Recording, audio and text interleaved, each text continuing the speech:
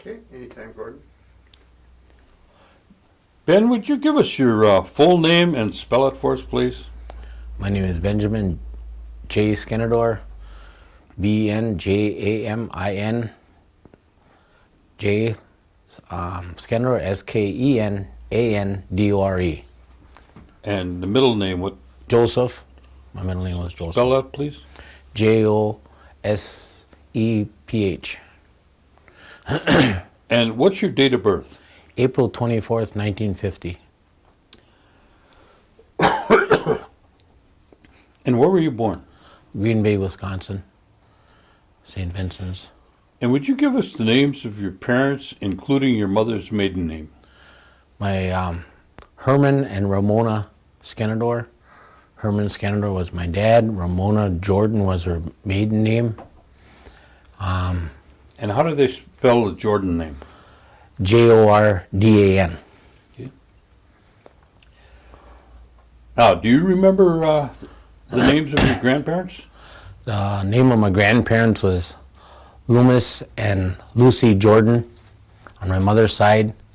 And on my father's side, it was Cornelius Skenandore and Lida.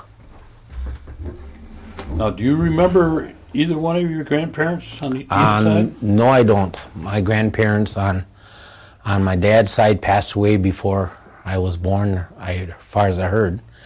And on my mother's side, Lucy Jordan, she was the only one that I can remember of.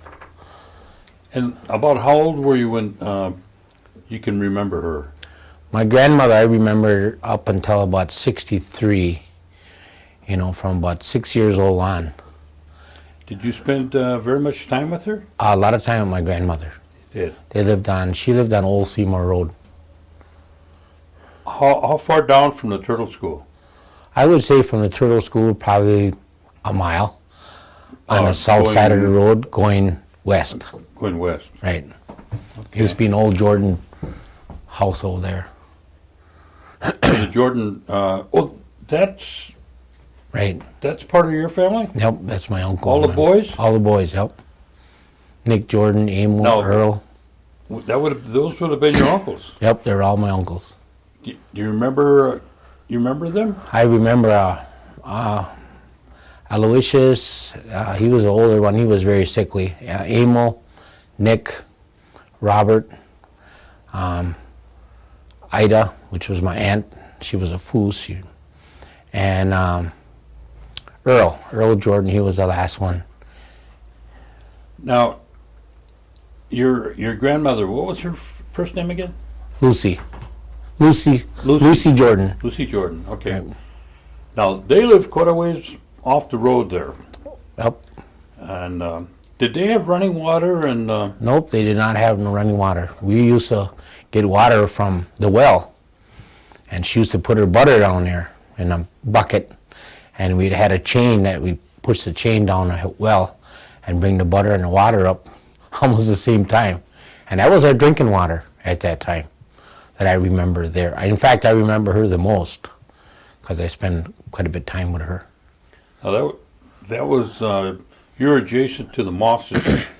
Was that Mosses farm there? Or No, as far as I remember, my grandfather had that acreage there. It was 26 acres there, the Loomis Jordan's residence. Just to the west of that, what There was Cleveland. Cleveland. Okay, Mosses, I'm thinking on 54, but this was on Old Seymour Road. The Cleveland's. Yep. Yeah. Now, your grandmother, what church did she belong to? She belonged to the St. Joseph's Church here in Oneida. That was where almost all the Jordans went that I know of. That's where they were kind of sent to school at. I see. Did you get a chance to know your uncles and your aunt very much? Amo and Nick and Robert a little bit, and my Uncle Earl I got to know the most of all the boys. Earl was youngest? Yep, Earl was the youngest of them. Okay.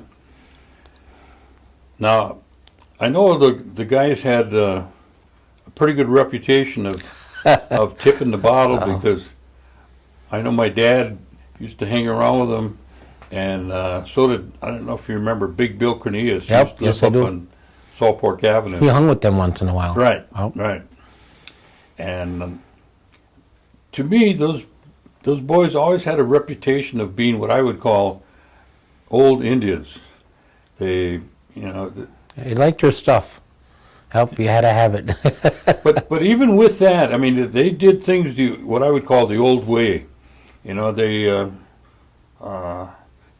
every place I seen them, they're always walking somewhere. On the Always road. walked. Always walked. walking, Yep. and I don't know about fishing or hunting, but I know they liked Earl. I think was the one that I remember liking music. Mm-hmm. I don't know if he's the one that had that up at that tavern up Garrison's Tavern. the other side of Garsol's that Doc Stitter girls got that tavern. Oh, Tips. Tip. It was Tips at the time. Yeah, Yep. Tips in Vans Valley. yeah. Because he used to be in there, and he had this kind of a menagerie he played. Mm-hmm. It was a banjo, it was a drum, it was a whole series of things, and then he would dance and well, he'd sing too. But he was a kind of musician, dancer, entertainer, all by himself. Yeah. He's just a colorful guy. Yeah. From what I remember. As far as I know, my uncles lived next to Cleveland Farm there, and I had David Cleveland told me, he said, I got a story to tell you about your uncles. He said, at one time they wanted to take your grandfather's house away. He said, because of the taxes thing, and they didn't want to, my grandfather did not want to give it up. And he said that there's one of them skeevers, I think, or one of them other ones right there, said, well, we're going to have, because my grandfather wasn't working at the time, he said, well, we're going to have him come and work on my farm. And an old man Cleveland said, no, he said, he's just the time that he don't have no work. Well, he said, he should be working at my farm. And David Cleveland's father said, nope. He said, he don't have to. He said, I'll pay it. He said, I'll take care of it. And he said, the people around him didn't want my grandfather to have that land, and figured that it should go to them, and that since the town was helping him out, wanted him to come and milk his cows and all that at his farm. And David Cleveland's dad said, no way. He said, so one time, Mr. Cleveland, he was sick. And David said, here, my father said, well, we got to get all them chores done. And here they went to the barn, and all the Jordan brothers, Emil and Nick and them, already had the chores done, and they were just sweeping up the barn. He said, that's kind of friends we had. He said, they were real good friends. He said, they took care of my dad also. And he said he took care of the cows and had them all fed and did the barn chores. And he said it was one of the things that I could always relate back to the Jordan family. He said whenever something was down, they were willing to help. He said they didn't ask anything, they just wanted to help. And he said it was just, some people looked at him a little bit different, but they were helpful people. Did you know Rita Cleveland? Yes, I did, a little bit. She used to work up at the seminary as a cook. Yep. And then there was a Danny Cleveland, and I think there might have been a David. I'm not sure. David's one that's, you see him once in a while at the restaurant. He's got that limp. He used to work at Morning Glory Cheese Company. Oh, okay. Yeah, he was a bigger guy, kind of big, muscular built. Yeah. That's right. Yeah. Yep. Yeah. He's got he lives on 54, right? right, yeah, on Okay. our left-hand You side. got that old there. Model A or Model Yep, T? he's got a couple of them there. Okay. Now, I think I was only at your grandmother's house once, but I can remember my grandma and some of those women were talking about how your grandma had a house that was spick and span. She said the floors were just, the wood was just white from, her Yep. scrubbing the floors. Yep. And she raised hell with those boys when they'd You come know, home. And I think they had like 10 or 11 kids out of that whole family. I don't know how they did in that little house, because there was a one-room house, a cook stove, and an oil stove heater, you know, and then upstairs was like two little bitty separate rooms, but they were small, and I don't know how, I can see how they had so many kids. But that was, you know, that's where I went. I mean, Grandma always made us, had some probably homemade cake or cookies or something. That was always her thing. And I knew her pretty good. You know. She spoke Oneida? Oh, fluently. Yes, all the boys did also. I don't know if my Aunt Heidi did or my mother, because I don't remember my mother that well. Now all the family's gone now, right? Right. My Uncle Earl died in 2000. Okay. Do you know any of the backgrounds of the boys? Did they serve in the service, or were they just workers around Oneida? I think Robert Jordan was the only one out of that I know of that was in the service, and one of the other ones passed away when he was in. Oh, I'm trying to think of which one of them. But Nick, I don't think Nick went in, and I don't think Earl didn't go in. Amo, I don't think Amo went in, as far as I can remember. But they were lumberjacks and landscapers. Uncle Earl worked at landscaping all his life. And Nick and them guys, they were lumberjacks and different kind of construction workers here and there. But now, did your grandmother ever tell you what kind of schooling she had? she never did. You know, that was one of the things that was never mentioned at our house about schooling, you know. Did the boys ever talk about their The schooling? boys never talked about it either. None of that family spoke anything about it. Their idea was to work and support their family. At that time, I guess the education wasn't that important to them. The thing was to get a family started and proceed to make them strong enough. Now, did your grandmother have a big garden? My grandmother always had, I always thought she had a little garden. It wasn't ever a real big one, but they always had a garden. I always picked their, you know, their vegetables and that on her there. Now, how much time would you say you probably spent by your grandma? Well, my mother died in 1957, so I was only 7 years old. And between that time, I would say that I could remember, we used to walk from Gersa's Tavern. I lived across the street from Gersa's Tavern to where Old Seymour Road, through the woods, and then through Kurowski's woods there, Pete Kurowski's woods, and come through the backyard of where my grandma lived. Yeah. And I would say maybe of what I could remember, maybe from 5 years old on, you know, that I can remember that we walked there. I wasn't a real lot of time, but it was time enough that I can remember a little bit of it. Now, tell me about your father. Was he, what kind of work did he do? My father was Herman Skenandore, and he did construction work, and he was one of the persons that was, he worked construction, but he drank a real lot, you know, and he was probably nowadays you'd call an alcoholic at that time. And he worked as much as I can remember, you know, but I was always with my mother at that time. And my father, he died in 1958, 9 months after my mother passed away. You know, and that was kind of, I guess that, she died first, and then he passed away after. Mm-hmm. And my father, he never mention anything. He was always in the tavern, Gersa's Tavern, or Vans Valley, or Tips. And the biggest place he always was always Vans Valley. That was always where a lot of the Skenandores hung out. All of my dad's brothers, and that was kind of the end, that end we were from. Mm-hmm. You know, they always say the other end. I always tell my wife the other end is the good end. Depends on which end you're at, eh? Yeah.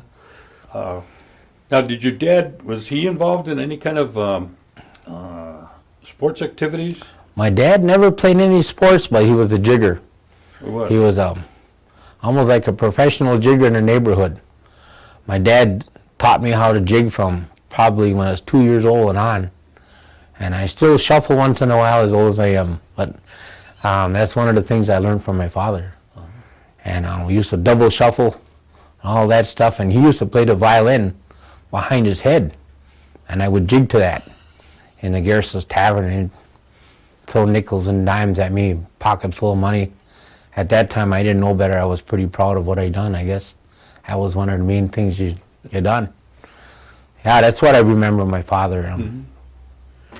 Was he involved in any of the, or have any interest in the tribal operations? No, I don't think, none of either side, the Jordan side or the Skenandore side, I don't think had any involvement with any of the stuff going on in a tribe that I can remember of. Now, let's talk about your mother. What was, did she have an opportunity to tell you about her educational background? My mother never talked about education also. Neither one of them. My mother was probably more focused on myself, keeping me going and feeding me and what was going on. But my mother's health was really bad. The last time I can remember my mother, she was sitting on the steps at the house and she was giving her shot with insulin.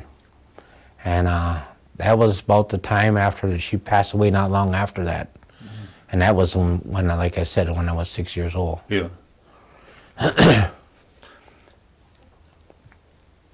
Did your parents ever talk about, and I realize you were pretty young, but did they ever talk anything about, old stories about around Oneida, things that might have happened that I can would barely. it be that, or would it be your grandparents would talk about? They never talked about old stories or anything like that, my mother and dad. In fact, they were never really that close together all the time. I mean, I can honestly say I never can ever remember a time sitting down and having a meal with them together, with the mom and dad, my mom or dad together, or even my mother. It was always grandma's place, I always remember eating there, but I can never remember anything ever. They never really, unless I blocked it out, I don't know, because... Did grandmother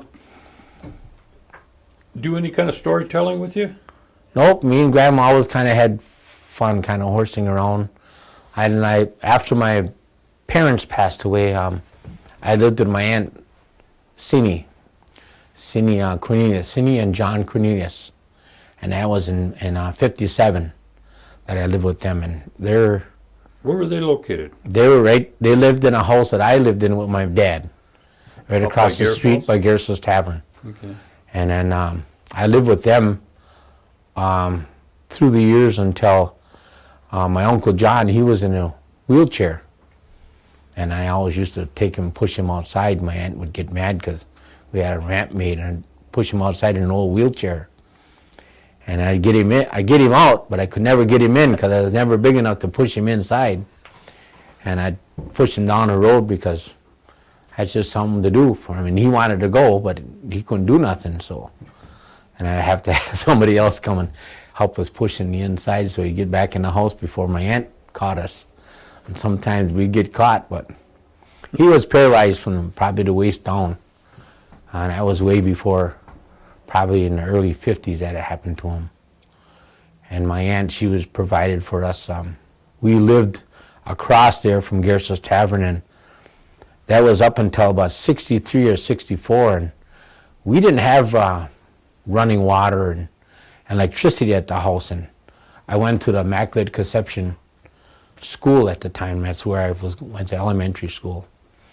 And it always seemed funny because everybody else around us had electricity and running water, and I always had to go across the street with a milk can to get water, and I'd get it halfway across the road and it'd tip over and the cover would flop off. So, and guess what? You had to go back and get some more.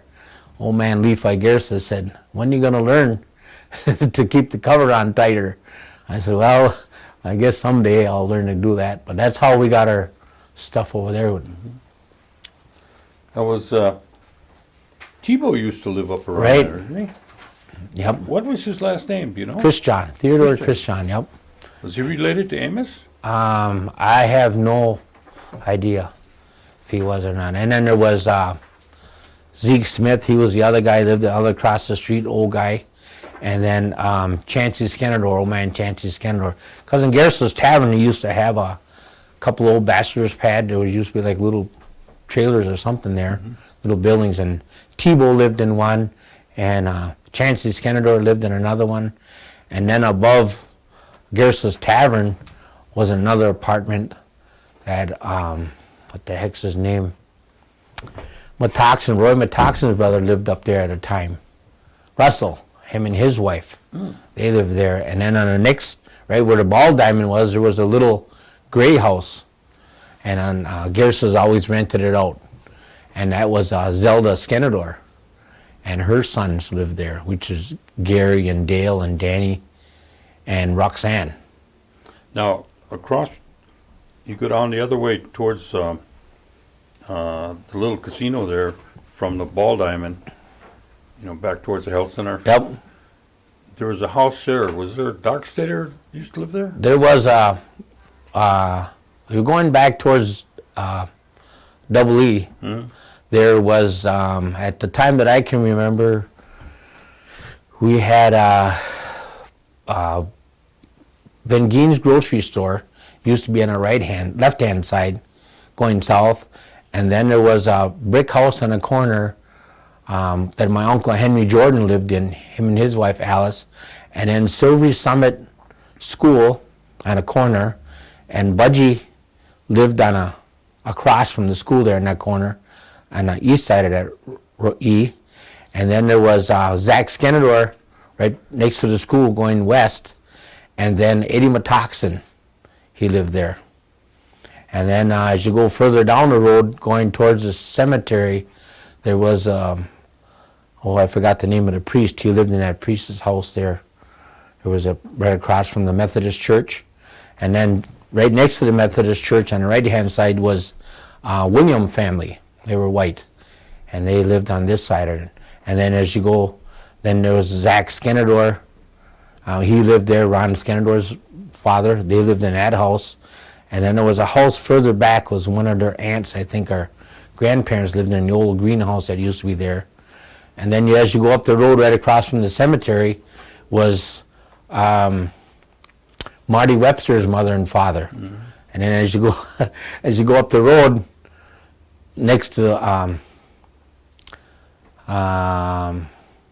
what the heck's their name? Chester Smith on the right-hand side. His mom and dad lived there. And my mom and dad used to rent from Chester Smith before we lived by Garrison's Tavern in the upper apartments they had there. And I have one picture of my mom and dad and me, and I was probably like 2 years old on a swing. And that's the only really picture that I had of my mom and dad. In fact, my mother was so little, between the chair and where the ground was, it still had another foot. And then across the street from them was that Baker family. I think it was Bakers. They were white also. And then up the road, then there was some other people. Then Irv Cook lived on a corner. And then just before Irv Cook's house, at that time was, I think, Sherman Skenandore or Sherman Cornelius. Sherman Cornelius used to live there. That was, I think, Caroline Nicholas's, or Caroline, whatever her name is now, Smith. Oh, yeah. Her relatives lived there. Yeah, I'm trying to remember Carolyn's older sister. Right. She went to Chicago, I think. Yep. Yeah. It was that family. And then across from there was, when you get right on the corner of W and E, there was Westcott. Old man Westcott. His family lived in that corner, and he was right across from Irv Cook's house. And then he used to sell cars and that. He had some old cars that he used to sell and fix up and sell on that corner, almost like because a lot of Indians used to buy some cars from him. I remember him being a Westcott. But outside of that, like, much further than that. Yeah. And then we had the Immaculate Conception Church. And then on this side of the Immaculate Conception Church was Verkylands. Verkylands owned that. And then I think on the other side there was a little bitty house Rudy Webster and his family lived in that house also. Oh, okay. You know, there was kind of where they lived there, what I can remember. And then as we go up to Vans Valley, Yeah. and then there's the Catholic, the priest was on a east side of the road, and the church was on the other side of the road. That was the old church at the time. It wasn't a new one. Yeah. Everything was in where they have the haunted house and that now. It might make a good haunted house. Oh. Now, you were the only child then. Yep. I have my dad's first marriage. He had a Paul Skenandore and Yvonne Skenandore and Herman Skenandore and Ron Skenandore from his first marriage.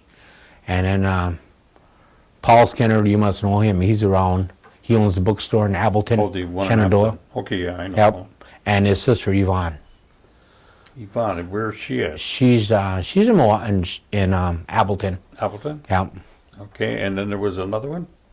There was Herman Skenandore Jr. and it was Ronnie.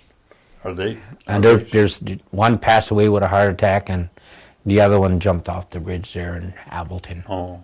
You know, So those were older than they were you. way older than me. Yeah. Okay. In fact, I think Paul's the youngest, and he's 10 years older than him. I think he's like 67, Okay. somewhere around there.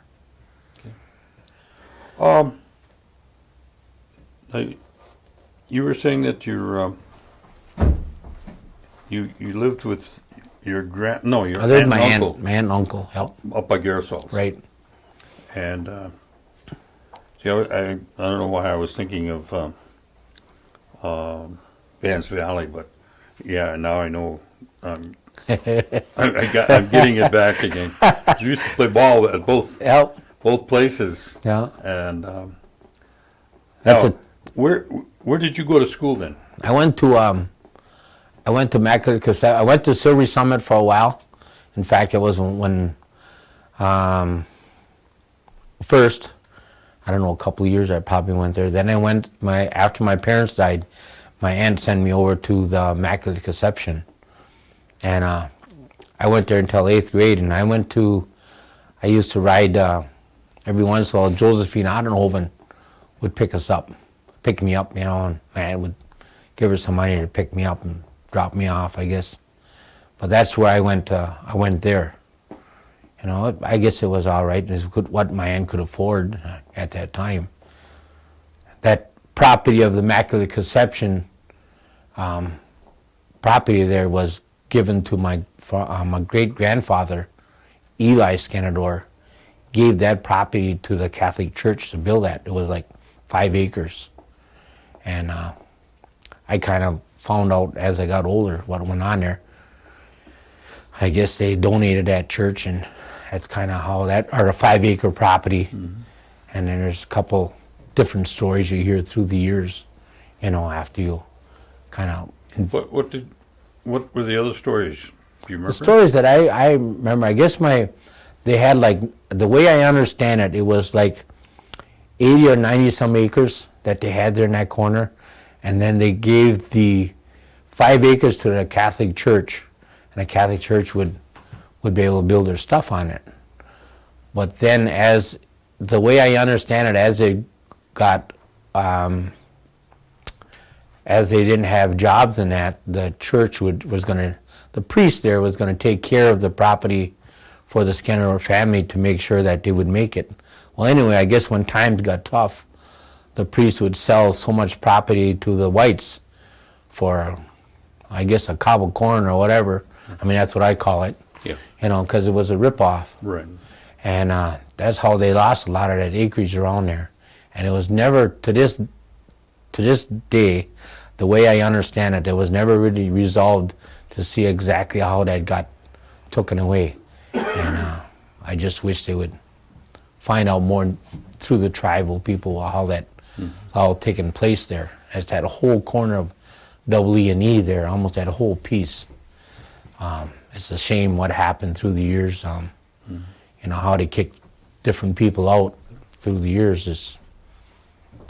It's unheard of nowadays, but people wouldn't believe what stuff went on. We didn't have jobs that I can remember as we were growing up. We just now, lately, within the last 30 years, seem like the people start giving you Indians a job to find out that they weren't as dumb as they always thought they were. They were pretty educated people, as I hear. It's just how they got ripped off. If you don't hire anybody, naturally you ain't gonna get no money back for taxes or anything like that, which that was wrong. But when they found out they were good workers, I guess they would make sure they drank them up so they wouldn't give them money so we did drink and all the other stuff. And when they get drunk, they would learn how to get some stuff away from them. Mm-hmm. Which I still bitter about that whole thing off and on. Your aunt and uncle that raised you, their names again? John and Sidney Cornelius. Did they have children? They had Victoria McCullum, Victoria and Vernon Cornelius. Vern was the son, and Vernon was single. He's never married. And Victoria, she married an architect back in, I think in the 50s, and they divorced, and then she married a white guy. They lived in Milwaukee most of their life. And then Vernon, he lived with us. There was my uncle, my aunt, and Vernon, and he lived with us. And at one time, before my uncle passed away, my aunt came and lived with us because she was kind of sick. And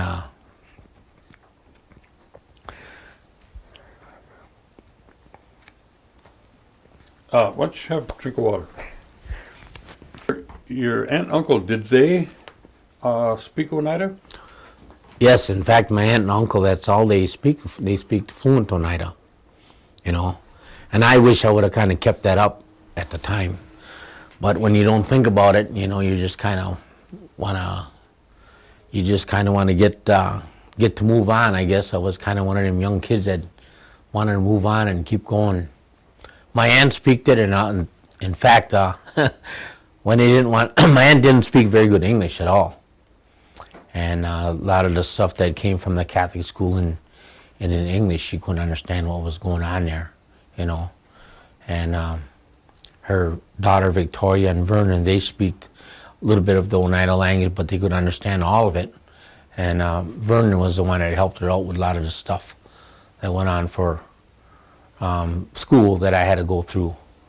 And it's kind of like when they don't understand, you kind of don't pick all that stuff up because you have a hard time. And my idea was just to get going.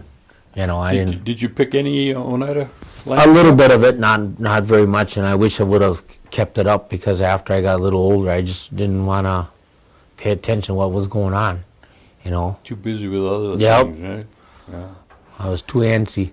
Now, your aunt and uncle, what kind of work did your uncle do? I never, as long as I lived with my uncle, he was on Social Security because he was paralyzed from the waist down. Oh, I see. And my aunt, she was just a homebody to take care of him and they got, I guess, a Social Security check or whatever it was, a little bit that she got. And then my aunt used to go and clean houses for the people in the area. Hilltop Farm up there past where Wally Bunker used to live, behind the Gearsa's Tavern on that back road. I think it'd be Seminary Road if you took it up and around. And Wally Bunkers lived there, and on top of the hill was Hilltop Farm. And my aunt used to clean for them. And one time they gave my aunt a calf. So we had the calf, and that was my job to move it and feed it. Well, anyway, the calf was so big it was dragging me around in the field by the chain. I guess you got to let go. I thought I was big enough to hold it down, and I found out I wasn't. But we would move it all the time. And that's what she would get, she'd get some milk, and we'd get the big gallons, probably as more like big jugs of milk, and we would get that. And that's, some of the stuff that she got from the... Listening to your discussion here, it sounds like the relationship between the Indian and non-Indian was not too bad. Well, at the time... Or some of the families. Right, anyway. because, see, when I can remember going to Immaculate Conception there was, at the Catholic school, there was myself and there was some Wheelocks that went there. I don't remember. He's from, the Wheelock family is from Goosetown Road. He used to work as a janitor for the tribe. I forgot what his name was. Little short guy. And it was him and his sisters. That one was, she was married to a Cottrell, I think.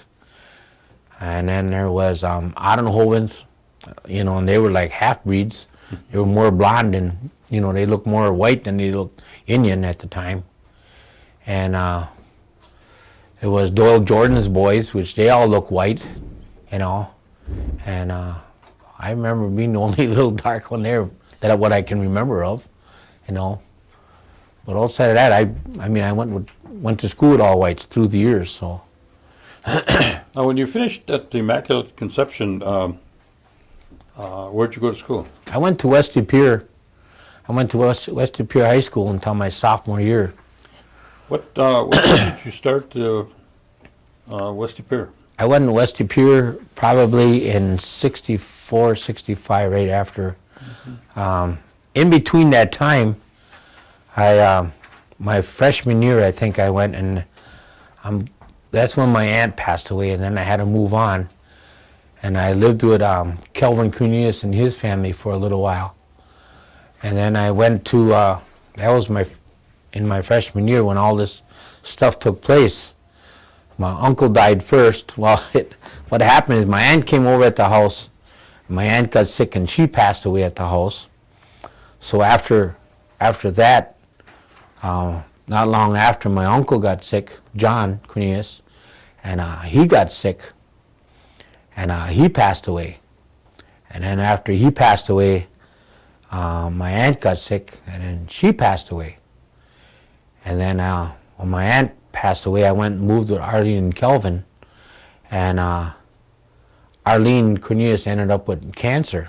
She had cancer. Remember, she had cancer in her face, and we had just a little house that I lived with over there. And I guess I finally, between their family and my family, I got to be where I got too wild, or whatever you want to call it. And I got sent to a foster home in Clintonville, Wisconsin, with a Stockbridge family, and Miles and Zena Welch. And they were from the reservation of Boulder Reservation. And I lived with them for a while, and then I came home. I call home because Oneida is always my home. Mm-hmm. I lived with Jerry Jordan and Shirley, which Shirley was my cousin, and Jerry is also. But Shirley is my Aunt Idy's daughter, and she married to Jordan. And I lived there, and I got kind of at that time it was probably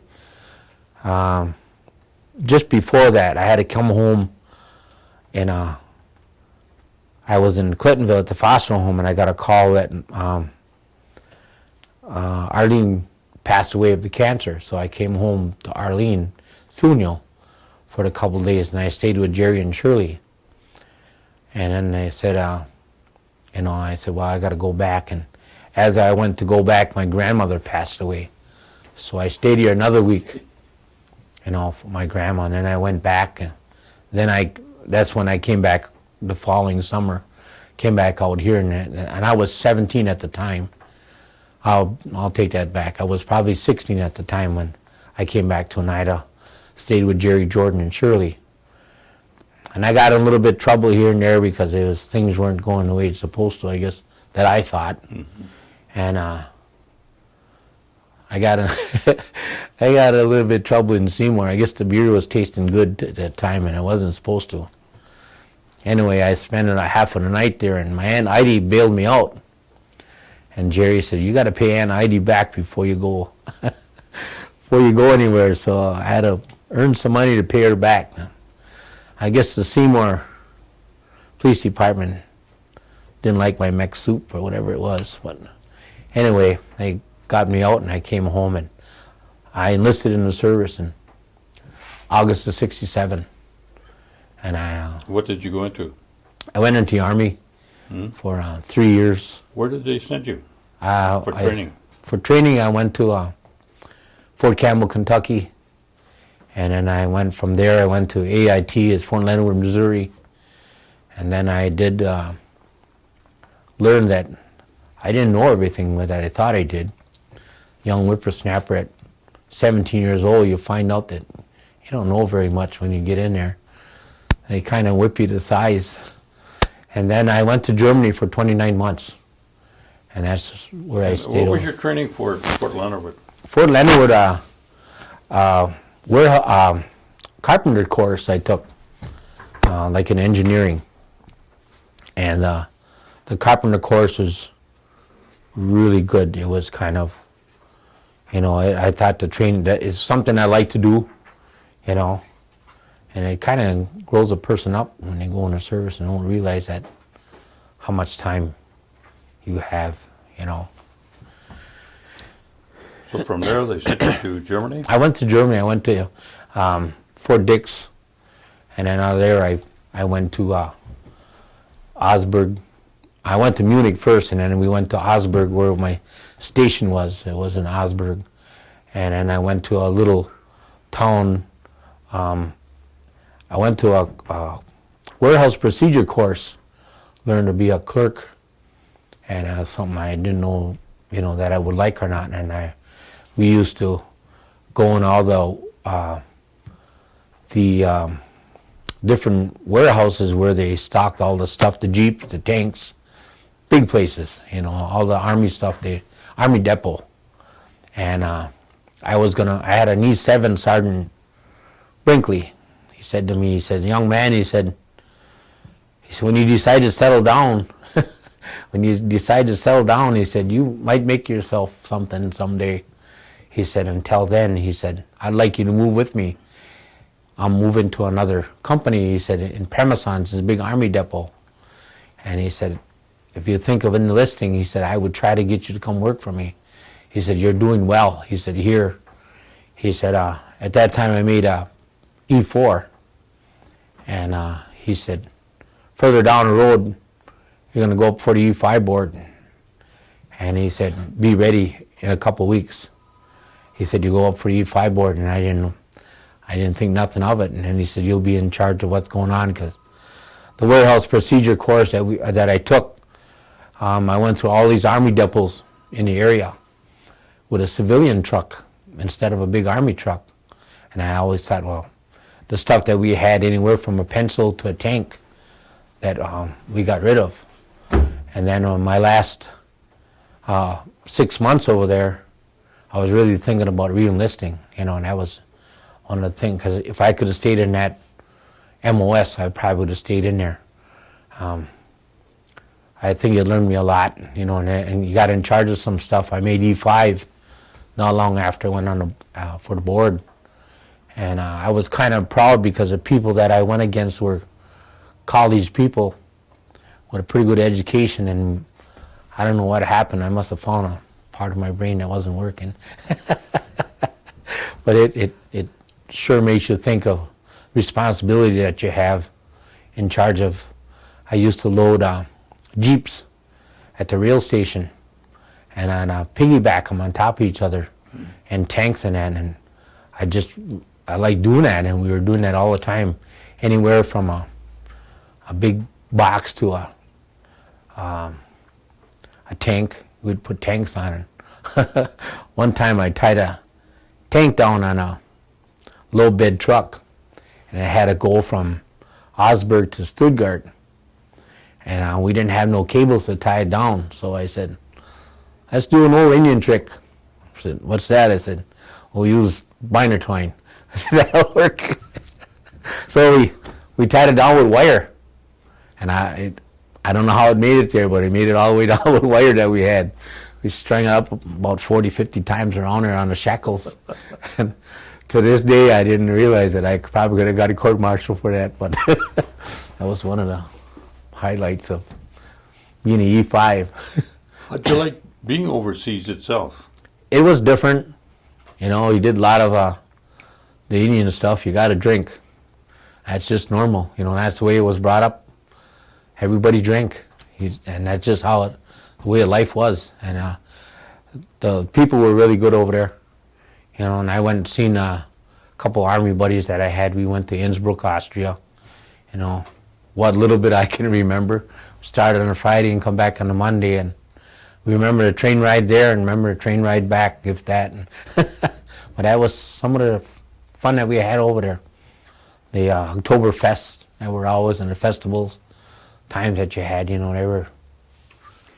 Was there any distinction of you being an Indian in the service and, you know, in Germany?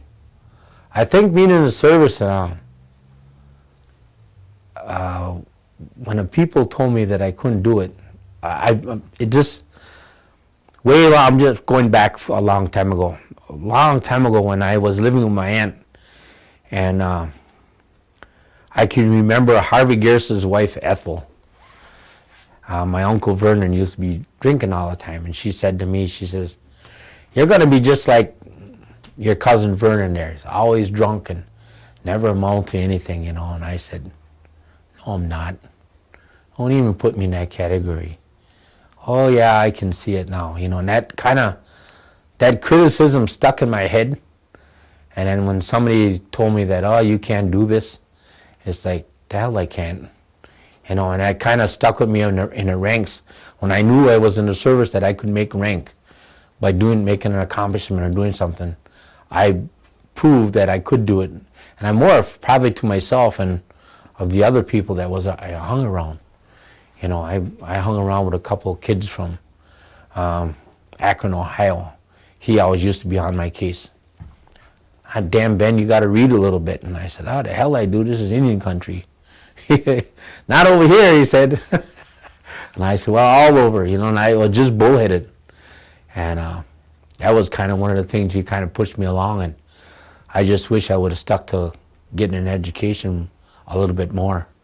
I didn't go that far enough in school where I should have. And to this day, it still haunts you and everything you go, no matter where you go at.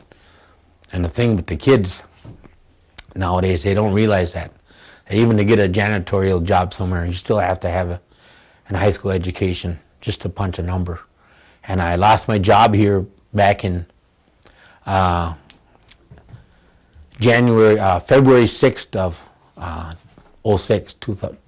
2006. And I didn't think I was ever going to get hired anywhere else. I had 32 years in my job, and that was a job I thought it would take right out until the end, you know. And I worked a whole bunch of different stuff through the years on that job, and it was Mill Print Incorporated. And I started there as a regular floor person. I went there, and then I worked in a tank room cleaning all the junk up that everybody else made dirty, you know, and that was a ground level. And I worked at Packland also a little while before I started at Mill Print. And I was a assistant pressman, and then it was a posting, and I took a pressman posting, and it was more like for the summer because everybody's on vacation. So I took that pressman posting, and I thought, you know, and then I had a few people in the pier that didn't like the idea of me moving up, seeing an Indian being a pressman on a white man machines, you know. And I thought, you ain't sure. I went through this in the service. You ain't pushing me back. And I got to be a pressman that whole summer. So the following years, our contract changed over. Instead of departments, then it went for plant-wide.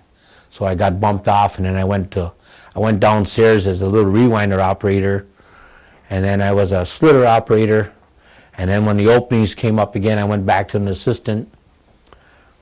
And there was one opening in 1977 to be a mounter, and I wanted to go in the mounting department. It was to mount plates for these presses, and we had a lot of presses at the time. I'm guessing we probably had 4, 5, 6, 7, 8 or 9 presses, about 9 presses that were 7 ran probably all the time and a couple off and on. And you would mount the plates that they would print your Snickers candy bar, you know, your Babe Ruth candy bars. That's the kind of stuff that they printed there at the time. And then there was one press that printed candy wrappers for a cheese company.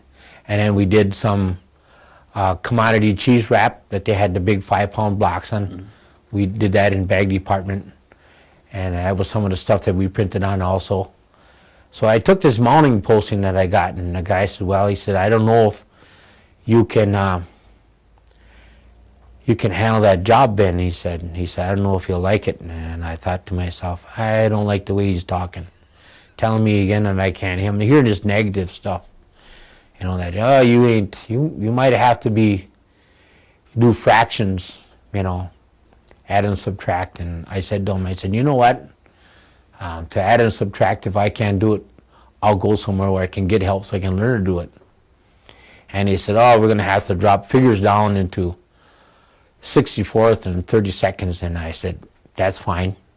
I said, so I'll get it. And I said, if I don't get it, I'll find a way to get it. So I took that job, and one of my bosses came up to me and he said, you're going on break, man? I said, yeah. I said, like the rest of you. He said, well, it's only a 10-minute break, but he said, I'm realizing that maybe you shouldn't go when these guys go because you have some catching up you have to do so you can get good as these guys. And I said, well, these guys been doing it since the 50s. And I said, this is my first month. And then I said, I'm learning. He said, well, you're going to have to pick it up a little bit. And I said, okay. I said, I'll pick it up a little bit. So, and then I went to the bathroom, and there was a windowsill there, and we were looking out the window, and this guy next to me, he said, oh yeah, he said, the boss was asking about you, he says. I said, oh, he was? He said, yeah. He was asking how you're doing. And he said, I said, okay. I said, he may be all right. And then he said, you're having a little bit of trouble with the figures. And then I said, I am. I said, you never told me. He said, well, I didn't tell you. He said, but the boss asked me and I told him. I said, well, you know what? You show me where I'm having trouble at. Come to find out, that was his figures. It wasn't mine. So I kind of didn't say no more. So the boss never asked me after that. So I did get that job for a while. And then what happened was that the opening, the guy that was in there got fired. And I fell in that opening, and somehow the union got his job back about 6 months after that. So I got off that job and I had to go to another job. So I went back on a press. And then I stayed as a pressman for so long. And then back in, Millprint was getting sold out. So we moved out to Denmark, Wisconsin. That's where our new company was, and the owners bought it. There was a couple owners that were managers there. They bought it, and they were running it for a while, and they sold it to Bemis Incorporated. And then we ran up there until February.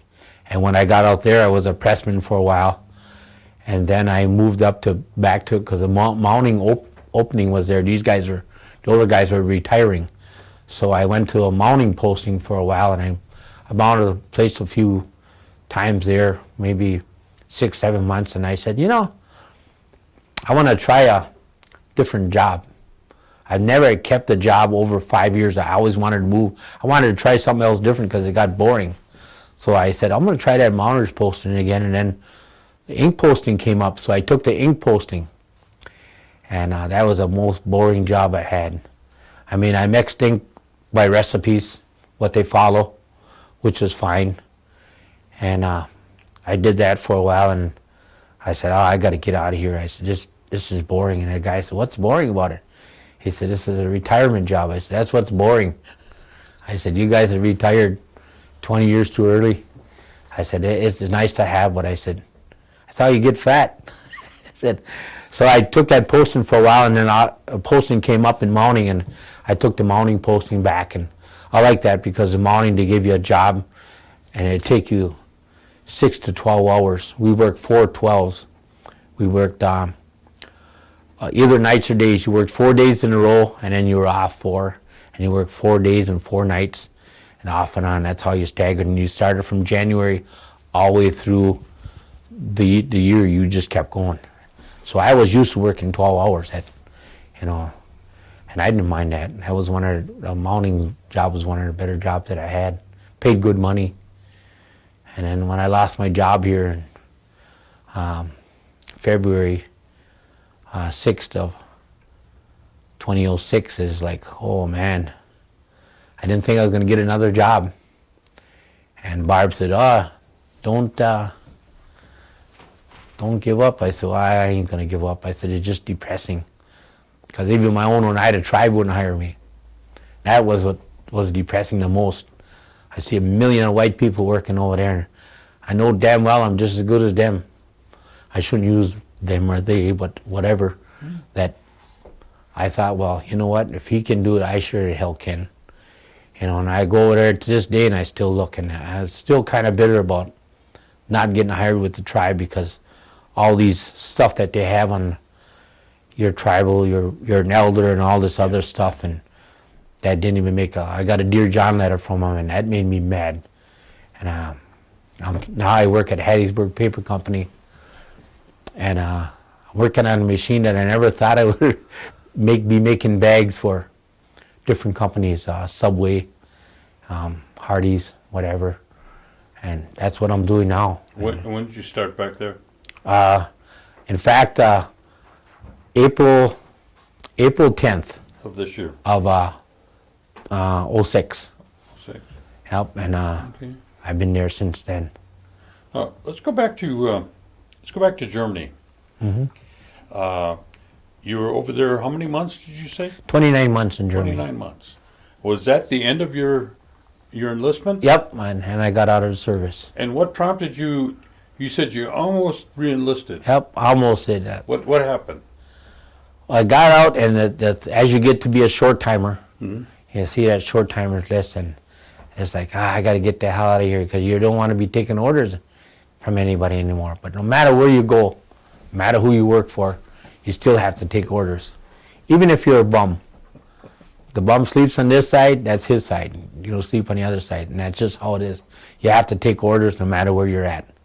And I didn't realize just everywhere you go, unless you have your own business, and you still got to take orders. You got to take more Because orders. the orders are coming from the people that you're working for. That's right. If it's for yourself. I'm ordering this, I'm ordering that, and that's one of the main things, is that you have to learn to deal with the people.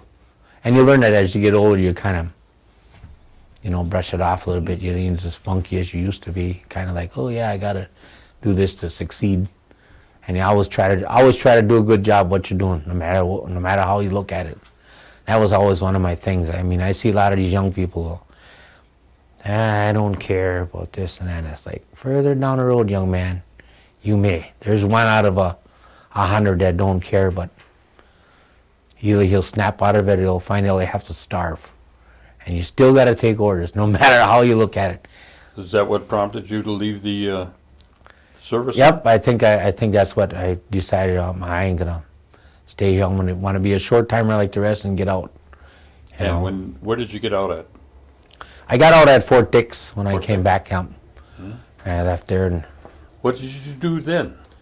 I came out for a while, and I loafed around, take on employment like everybody else does, And I worked at Green Bay Job Forge for about maybe 6 months to a year. I don't even think a year, because they laid us off all the time.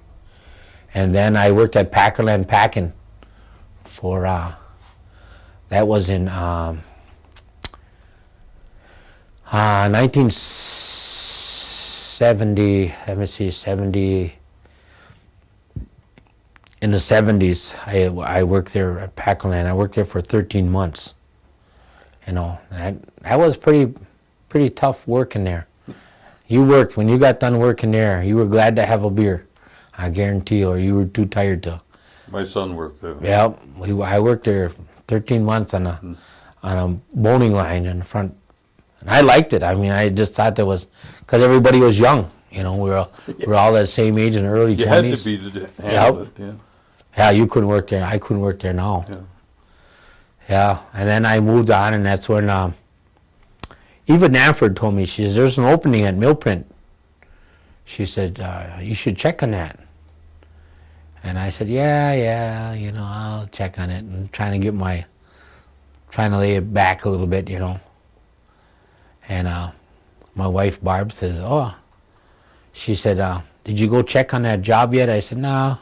And I just happened to run to the Eva at Streeter's store. And she said, Ben, we should go check that. I'll give you the slip. She said, you go to the office over there. And I said, oh, okay. I said, I'll call there today. So I called there and I got a job interview. And I was on second shift at Packerland. And the guy said, I'll call you in probably like 10, 11 o'clock. I can't remember what it was. And I got hired that day. And I said, you know what? I'm not going to work at Packerland anymore. I said, I'm not even going to call them. I said, because I don't think they need to hear my phone call. So anyway, I ended up calling and I said, yeah, I quit. I said, I'm done. When did you get married? Were you married in the service? We need to take a slight